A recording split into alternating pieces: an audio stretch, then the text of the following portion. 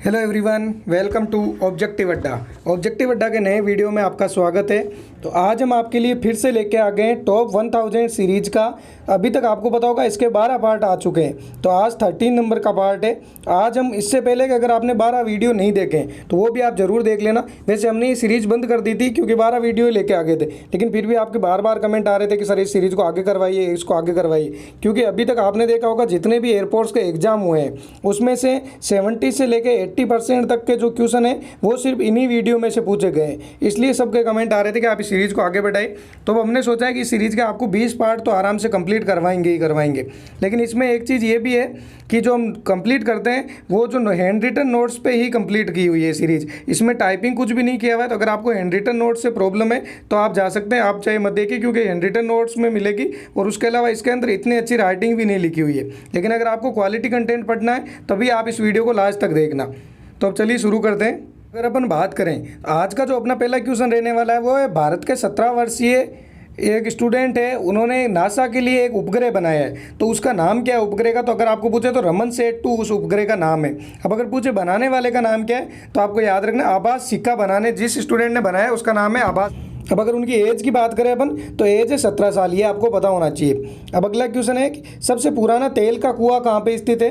असम डिगबोई के अंदर है सबसे पुराना तेल का कुआं। ये जरूर याद रखना आपको, ये मोस्ट इंपॉर्टेंट क्वेश्चन है, अक्सर एग्जाम में पूछा गया क्वेश्चन है। असम डिगबोई के अंदर सबसे पुराना तेल का कुआं है। ये भी पूछा जा सकता है कि डिगबोई किसके लिए फेमस है, तो भी याद रखना है तेल के लिए। अब अगला जो क्वेश्चन है अपना, G7 2019 की बैठक कहाँ पे हुई थी? अगर नंबर की पूछे तो 45वें नंबर की थी और फ्रांस के अंदर हुई थी। ऐसे ही 46 नंबर की कहाँ पे हुई थी? यूएसए के अंदर होनी थी।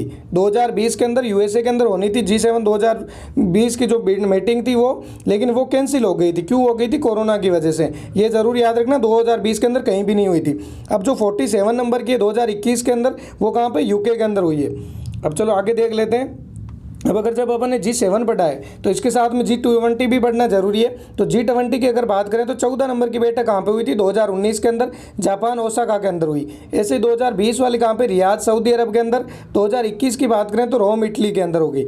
और 2022 की जो है वो कहाँ पे? इंडोनेशिया के अंदर होगी। ये जरूर याद रखना। पहले जो G20 की मीटिंग थी 2022 वाली वो इंडिया में होने वाली थी, लेकिन फिर इसको आगे बढ़ा दिया। इंडिया के अंदर अब कौन सी होगी? 2023 की होगी। इसलिए आपके लिए जरूर इंपॉर्टेंट है कि आपसे ये पूछे जा सकती है G20 की 18वीं बैठक कहाँ पे होगी? तो भारत के अंदर होगी।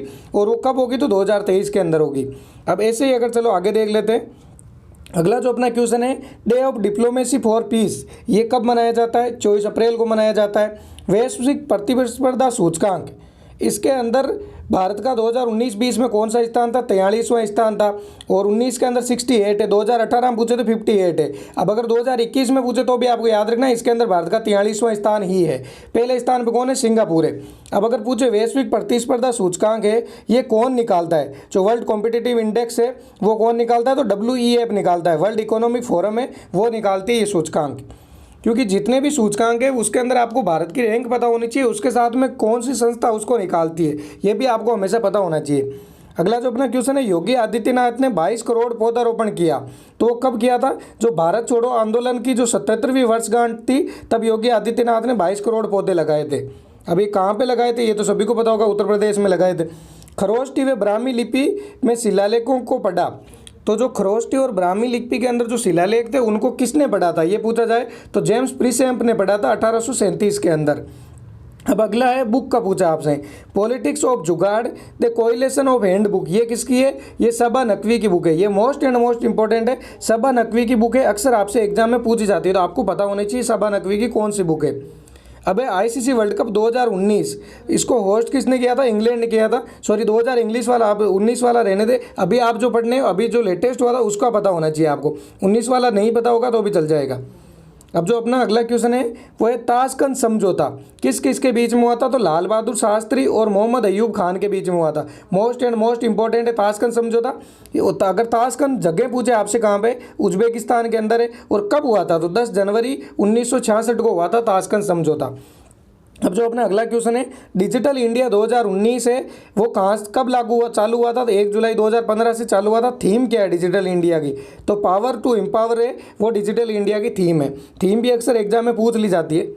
अब है कि 1857 की जब क्रांति हुई थी तो उस टाइम गवर्नर कौन थे, तो आपको याद रखना है कैनिंग थे उस टाइम गवर्नर।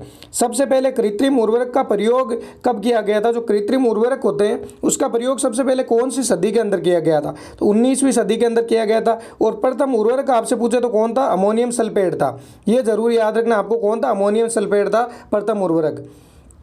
अब अगर अपन आगे बात करें, जो WTO है, जैसे वर्ल्ड ट्रेड ऑर्गेनाइजेशन है, उसका पुराना नाम अगर आपसे पूछे तो क्या नाम था, गेट था उसका पुराना नाम। ये जरूर याद रखना है, ये WTO का पुराना नाम अभी जो NTPC के एग्जाम हुए थे उनमें बार बार पूछा गया था ये। अगला क्वेश्चन है, चिपको की तर्ज पर कन्नड़ के अंदर कौन सा आंदोलन हुआ था। जैसे आपको पता होगा चिपको आंदोलन हुआ था, उसी की तर्ज पर कन्नड़ के अंदर भी एक जो आंदोलन हुआ था उसका क्या नाम था, तो उसका नाम था अप्पिको आंदोलन। और अप्पिको आंदोलन ये कहाँ पे हुआ था, कर्नाटक के अंदर हुआ था। अबे भारत का मानव युक्त अंतरिक्ष यान कौन सा है, तो ये जरूर याद रखना है, भारत का प्रथम मानव युक्त अंतरिक्ष यान कौन सा है, वो है गगनयान। और अगर पूछे इस गगनयान के अंदर कौन कौन गए थे, तो 3 जने गए थे। कौन कौन थे, रामकरण गुज्जर, विशाल गौड़ और सोनू मीना। इन तीनों के नाम भी आपसे पूछे जा सकते हैं। ये क्वेश्चन वैसे आ सकता है कि इनमें से कौन नहीं गया, तो आपसे ये 3 नाम तो दे देंगे, एक नाम आपको अलग दे देंगे कि तो वो नहीं गए। सांची का स्तूप कहाँ पे है, मध्य प्रदेश के अंदर है। किसके द्वारा बनाया गया था, अशोक के द्वारा बनाया गया था। अब ये कि जब जीर्णोद्वार वापस किसके द्वारा करवाया गया था, तो संत जॉन मार्शल ने सांची के स्तूप का जीर्णोद्वार करवाया था। अब जो अपना अगला जो क्वेश्चन है वो है, इंफॉर्मेशन एंड कम्युनिकेशन टेक्नोलॉजी को राष्ट्रीय माध्यमिक शिक्षा अभियान में शामिल कब किया गया था। जो राष्ट्रीय माध्यमिक शिक्षा अभियान चलता है उसके अंदर इंफॉर्मेशन एंड टेक्नोलॉजी को कब शामिल किया गया था, तो 2009 के अंदर शामिल किया गया था। गांधी शांति पुरस्कार अगर आपसे पूछे 2018 में किसको मिला, ससाकावा का जापान को मिला था। 2019 के अंदर किसको मिला था आपको, तो ये एकल अभियान ट्रस्ट को मिला था। ऐसे अगर आपसे पूछे गांधी शांति पुरस्कार जो 2020-21 का जो मिला था वो किसको मिला था, तो मुजीबुर रहमान को मिला था, बांग्लादेश के जो है उनको। अब जो अपना अगला जो क्वेश्चन है, पहले जो अभी अपन ने पढ़ा था वो गांधी शांति पुरस्कार था, अभी जो आपके क्वेश्चन आए वो है इंदिरा गांधी शांति पुरस्कार। तो 2019 का आपको याद रखना है, डेविड एटनबरो को मिला था 2019 का इंदिरा गांधी शांति पुरस्कार। और ये 2017 के तो वैसे आपको चलो याद नहीं हो तो भी चलेगा, 2019 वाला जरूर आपको याद होना चाहिए, डेविड एटनबरो को मिला था। अगला जो क्वेश्चन है, CSC का प्रथम कैश एंड कैरी स्टोर कहाँ पे लगाया गया है, तो मुरादाबाद यूपी के अंदर लगाया गया है। डिक्शनरी ऑफ मैत्री, जो शहीदों की जो डिक्शनरी है वो उसका 5वां संस्करण किसने लॉन्च किया था, तो नरेंद्र मोदी के द्वारा किया गया था। जो अगला जो क्वेश्चन है अपना वो है, GSLV की फुल फॉर्म बतानी है आपको। GSLV की फुल फॉर्म क्या होती है, जियो सिंक्रोनाइज सैटेलाइट लॉन्च व्हीकल है, वो GSLV की फुल फॉर्म होती है। ऐसे अगर PSLV की फुल फॉर्म की बात करें अपन, तो polar satellite launch vehicle full form किसकी होती है, PSLV की होती है। अब देखो, एक तो ये जो अपन सीरीज देख रहे हो आप, ये सीरीज तो आपको कंप्लीट करनी है। इसी के साथ में हमने एक वीडियो अलग से जो सिर्फ एयरपोर्ट्स के क्वेश्चन है, उसमें 10 से 15 क्वेश्चन लिए गए हैं, वो क्वेश्चन आप जरूर करके जाना। उन क्वेश्चन में भी आपके एक ना एक क्वेश्चन आपको एग्जाम में जरूर मिल जाएगा, तो वो सीरीज भी आप जरूर करके जाना। उसके आपको मिलेगी कहाँ पे, अगर वो बात करें तो जब आप प्लेलिस्ट के अंदर जाके देखोगे तो एयरपोर्ट्स के नाम से एक एयरपोर्ट्स ग्रुप C नाम से अलग से प्लेलिस्ट बनी हुई है, वहाँ पे देखोगे आपको। तो एयरपोर्ट से रिलेटेड जितने भी वीडियो अभी तक हमारे चैनल पे अवेलेबल है वो सारे के सारे आपको उसी प्लेलिस्ट में मिल जाएंगे। अब है अगला, पुलवामा हमला कब हुआ था, तो 14 फरवरी 2019 को हुआ था CRPF पर। अब सर्जिकल स्ट्राइक कब हुई थी, जैसे ये सर्जिकल स्ट्राइक से पहले आपको ये पढ़ लेना चाहिए, उरी अटैक कब हुआ था। उरी अटैक हुआ था 18 सितंबर 2016 को। तो जब सर्जिकल स्ट्राइक जो की गई थी वो इसी के बाद में की गई थी, 10 दिन के बाद में। तो वैसे आप याद रख सकते हो 18 सितंबर 2016, अगर आपको याद हो जाता है तो इसके 10 दिन बाद में सर्जिकल स्ट्राइक की गई थी 28 सितंबर 2016 को। अलास्का पहले आपको पता होना चाहिए, अलास्का था वो पहले किसके पास में था, रूस के पास में था, लेकिन अब किसके पास में है, तो USA के पास में है। ये भी क्वेश्चन पूछा हुआ है। देखो ऐसे क्वेश्चन नॉर्मल लग रहा है ये कि ये क्या पूछा जाएगा इसमें, लेकिन ये क्वेश्चन NTPC के अंदर पूछा गया। अलास्का पहले कहाँ पे था, पहले रूस के पास में था, अब किस देश के पास में, ये क्वेश्चन पूछा गया था। छुईमुई का जो पौधा है उसका साइंटिफिक नाम क्या है, तो मिमोसा प्यूडिका उसका साइंटिफिक नाम है। अब है बिंदेश्वरी प्रसाद मंडल, ये कौन थे, तो मंडल आयोग के अध्यक्ष थे, और इसके साथ में ये बिहार के CM भी रहे हुए हैं। अब अगर अपन बात करें अगले क्वेश्चन की, वो है डीएमआरसी यानी कि दिल्ली मेट्रो रेलवे कॉरपोरेशन है, उसका उद्घाटन किसने किया था? अटल बिहारी वाजपेयी ने किया था। कब किया था? 25 दिसंबर 2002 को डीएमआरसी का उद्घाटन किया गया था। होटल ताज किसने बनवाया था? जमशेदजी टाटा ने बनवाया था होटल ताज। और अगला क्वेश्चन की बात करें तो दमन गंगा नदी कहाँ पे? दादर एंड नागर हवेली के अंदर है दमन गंगा नदी। विशाल गिलहरी राजकीय पशु कहाँ का है? जो विशाल जो गिलहरी है वो राजकीय पशु कहाँ का है? तो महाराष्ट्र का है राजकीय पशु। ऐसे अगर पूछे ब्लैक बक कहाँ का है? तो हरियाणा का है। और ऐसे अगर आपसे पूछे एचपी का जो हिमाचल प्रदेश है उसका राष्ट्रीय पशु कौन सा है? तो आपको याद रखना है सनो लियोपार्ड है। और गोवा का कौन सा? गौर।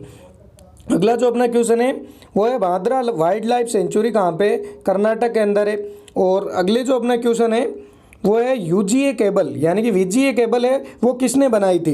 वीजीए केबल किसने बनाई थी? आईबीएम के द्वारा बनाई गई थी वीजीए केबल। अब वीजीए की अगर आपको पूछे फुल फॉर्म क्या होती है तो वीडियोग्राफिक एरे है वो वीजीए की फुल फॉर्म होती है। इसकी फुल फॉर्म सबसे ज़्यादा पूछी जाती है। ये बनाई किसने? चलो ये तो आपके साथ में आप याद रख सकते हो आईबीएम ने बनाई, लेकिन जो इसमें सबसे ज़्यादा इससे रिलेटेड जो क्वेश्चन पूछा जाता है वो अक्सर यही पूछा जाता है कि इसकी फुल फॉर्म क्या है। तो आपको याद रखना है वीडियोग्राफिक एरे इसकी फुल फॉर्म है। अब चलो ये 10 मिनट के आसपास वीडियो हो गया है, इसको अपन इतना ही करेंगे। इसका अगला पार्ट जब अगर आपके नीचे कमेंट और अच्छे आते हैं कि आप सर इसका नेक्स्ट पार्ट भी दीजिए तो अपन अगला पार्ट करेंगे, वरना इसका अगला पार्ट नहीं लेके आएंगे।